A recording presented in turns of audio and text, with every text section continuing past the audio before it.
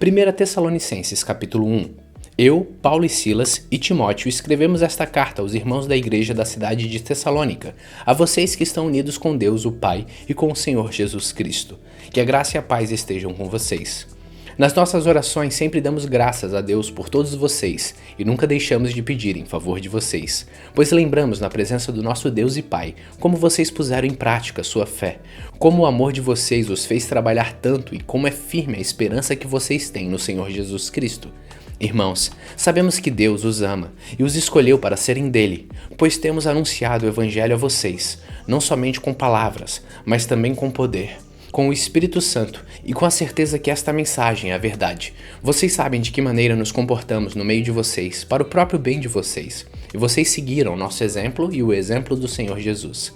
Embora tenham sofrido muito, vocês receberam a mensagem com aquela alegria que vem do Espírito Santo. Desse modo, vocês se tornaram um exemplo para todos os cristãos das províncias da Macedônia e da Acaia. Pois a mensagem a respeito do Senhor partiu de vocês e se espalhou pela Macedônia e pela Acaia, e as notícias sobre a fé que vocês têm em Deus chegaram a todos os lugares. Portanto, sobre isso não é preciso falarmos mais nada. Todas as pessoas desses lugares falam da nossa visita a vocês e contam como vocês nos receberam bem e como vocês deixaram os ídolos para seguir e servir ao Deus vivo e verdadeiro. Elas contam também como vocês estão esperando que Jesus, o Filho de Deus, a quem Deus ressuscitou, volte do céu. Esse Jesus que nos salva do castigo divino que está para vir.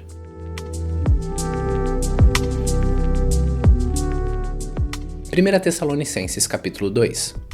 Vocês sabem muito bem, irmãos, que a nossa visita não ficou sem proveito. Sabem também como fomos maltratados e insultados na cidade de Filipos, antes de chegarmos aí em Tessalônica. Fomos muito combatidos. Mas o nosso Deus nos deu coragem para anunciar a vocês a boa notícia que vem dele. Aquilo que anunciamos a vocês não se baseia em erros ou em má intenção, e também não tentamos enganar ninguém. Pelo contrário, sempre falamos como Deus quer que falemos, porque ele nos aprovou e nos deu a tarefa de anunciar o Evangelho. Não queremos agradar as pessoas, mas a Deus que põe à prova as nossas intenções. Pois vocês sabem muito bem que não usamos palavras bonitas para enganar vocês, nem procuramos tapear vocês para conseguir dinheiro. Deus é testemunha disso. Nunca procuramos elogios de ninguém, nem de vocês nem de outros. No entanto, tínhamos o direito de exigir de vocês alguma coisa, por sermos apóstolos de Cristo. Mas quando estivemos com vocês, nós fomos como crianças, fomos como uma mãe ao cuidar dos seus filhos. Nós os amávamos tanto que gostaríamos de ter dado a vocês não somente a boa notícia que vem de Deus, mas até mesmo a nossa própria vida. Como nós os amávamos. Irmãos, vocês com certeza lembram de como trabalhamos e lutamos para ganhar o nosso sustento. Trabalhávamos de dia e de noite a fim de não sermos uma carga para vocês, enquanto anunciávamos a vocês a boa notícia que vem de Deus. Vocês são nossas testemunhas, e Deus também de que o nosso comportamento entre vocês que creram foi limpo, correto e sem nenhuma falha. Vocês sabem que tratamos cada um como um pai trata os seus filhos. Nós os animamos e aconselhamos para que vocês vivessem de maneira que agrade a Deus, que os chama para terem parte no seu reino e na sua glória. Existe outra razão pela qual sempre damos graças a Deus. Quando levamos vocês a mensagem de Deus, vocês ouviram e aceitaram. Não a aceitaram como uma mensagem que vem das pessoas, mas como uma mensagem que vem de Deus, e que de fato ela é. Pois Deus está agindo em vocês, os que creem. Meus irmãos, o que aconteceu com vocês já havia acontecido também com a Igreja de Deus na Judéia, com o povo dali que pertence a Cristo Jesus. Vocês foram perseguidos pelos seus próprios patrícios, do mesmo modo que os cristãos da Judéia foram perseguidos pelos judeus. Foram os judeus que mataram o Senhor Jesus e os profetas, e também nos perseguiram. Eles desagradam a Deus e são inimigos de todos. Tentam até nos impedir de anunciarmos a mensagem de salvação aos não-judeus. Com isso, eles completam o total dos pecados que eles têm cometido. Mas agora, o castigo de Deus caiu finalmente sobre eles. Irmãos, nós tivemos de nos separar de vocês por algum tempo. Estamos longe dos olhos, mas perto do coração. Sentimos muita saudade de vocês e gostaríamos de vê-los outra vez. Por isso, quisemos ir até aí fazer uma visita a vocês. Pelo menos eu, Paulo, quis fazer isso mais de uma vez, mas Satanás não nos deixou. Afinal, quando nosso Senhor Jesus vier, vocês e ninguém mais são de modo todo especial a nossa esperança, a nossa alegria e o nosso motivo de satisfação diante dele pela nossa vitória. Sim, vocês são o nosso orgulho e a nossa alegria.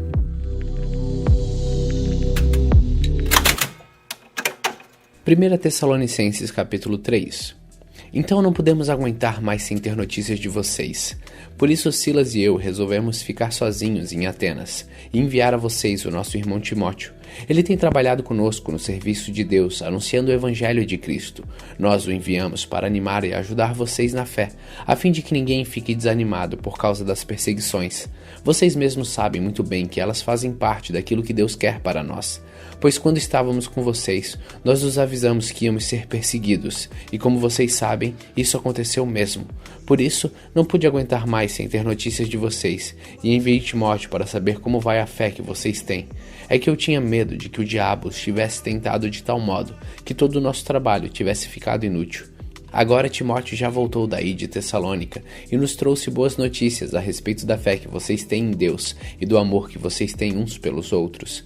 Ele nos contou que vocês sempre lembram de nós com carinho e que têm tanta vontade de nos ver, como nós temos de ver vocês.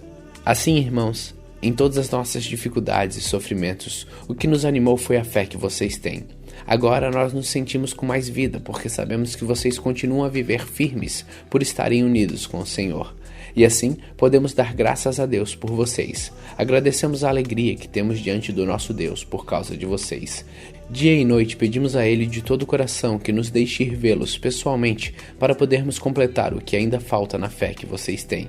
Que o próprio Deus, o nosso Pai, e o nosso Senhor Jesus preparem o nosso caminho para podermos ir visitar vocês. Que o Senhor faça com que cresça cada vez mais o amor que vocês têm uns pelos outros e por todas as pessoas, e que esse amor se torne igual ao nosso amor por vocês. Desse modo, Deus dará força ao coração de vocês, e vocês serão completamente dedicados a Ele, e estarão sem culpa na presença do nosso Deus e Pai, quando o nosso Senhor Jesus vier, com todos os que são dele. Amém. 1 Tessalonicenses capítulo 4.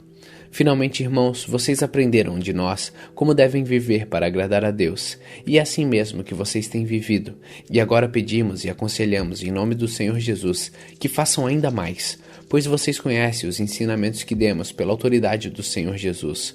O que Deus quer de vocês é isto: que sejam completamente dedicados a Ele e que fiquem livres da imoralidade.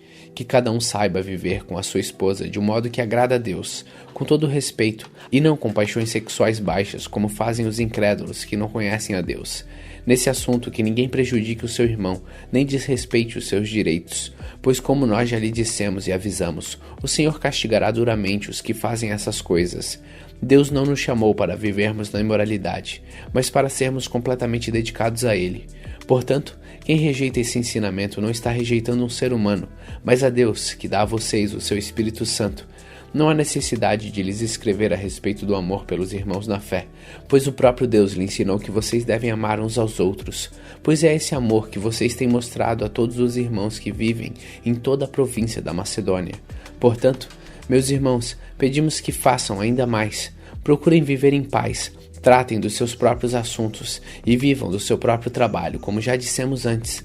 Assim, aqueles que não são cristãos os respeitarão, e vocês não precisarão viver às custas de ninguém.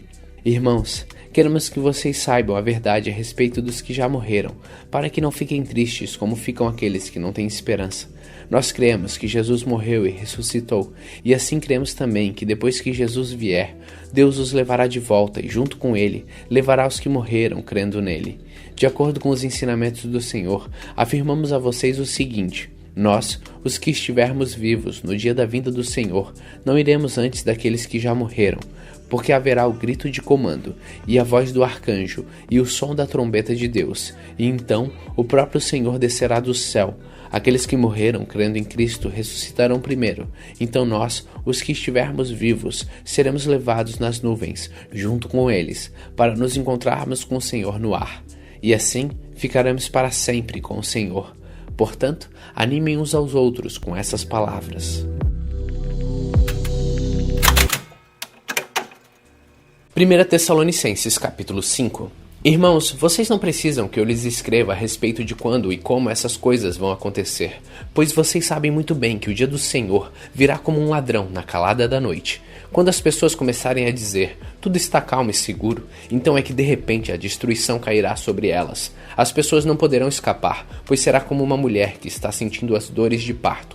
Mas vocês, irmãos, não estão na escuridão, e o dia do Senhor não deverá pegá-los como um ladrão que ataca de surpresa. Todos vocês são da luz e do dia. Nós não somos da noite nem da escuridão. Por isso, não vamos ficar dormindo como os outros, mas vamos estar acordados e com o nosso perfeito juízo. Os que dormem, dormem de noite, e os que bebem, é de noite que ficam bêbados. Mas nós, que somos do dia, devemos estar em nosso perfeito juízo. Nós devemos usar a fé e o amor como couraça e a nossa esperança de salvação como capacete. Deus não nos escolheu para sofrermos o castigo da sua ira, mas para nos dar a salvação por meio do nosso Senhor Jesus Cristo, que morreu por nós, para podermos viver com Ele, tanto se estivermos vivos como se estivermos mortos, quando Ele vier. Portanto, animem e ajudem uns aos outros, como vocês têm feito até agora. Irmãos, pedimos a vocês que respeitem aqueles que trabalham entre vocês, isto é, aqueles que foram escolhidos pelo Senhor para guiá-los e ensiná-los. Tratem essas pessoas com o maior respeito e amor por causa do trabalho que fazem e vivam em paz uns com os outros. Pedimos a vocês, irmãos, que aconselhem com firmeza os preguiçosos, deem coragem aos tímidos, ajudem os fracos na fé e tenham paciência com todos. Tomem cuidado para que ninguém pague o mal com o mal. Pelo contrário, procurem em todas as ocasiões fazer o bem uns aos outros e também aos que não são irmãos da fé. Estejam sempre alegres, orem sempre e sejam agradecidos a Deus em todas as ocasiões. Isto é o que Deus quer de vocês, por estarem unidos com Cristo Jesus. Não atrapalhem a ação do Espírito Santo, não desprezem as profecias, examinem tudo e fiquem com o que é bom. Evitem todo tipo de mal. Que Deus, que nos dá a paz, faça com que vocês sejam completamente dedicados a Ele e que Ele conserve o espírito, a alma e o corpo de vocês livres de toda mancha, para o dia em que vier o nosso Senhor Jesus Cristo. Aquele que os chama é fiel e fará isso. Irmãos, lembrem de nós nas suas orações, cumprimentem todos os cristãos com um beijo de irmão. Peço com insistência, pela autoridade do Senhor, que esta carta seja lida para todos os irmãos. Que a graça do nosso Senhor Jesus Cristo esteja com vocês. Hoje, terminamos a primeira carta aos Tessalonicenses. Continue faminto, continue humilde.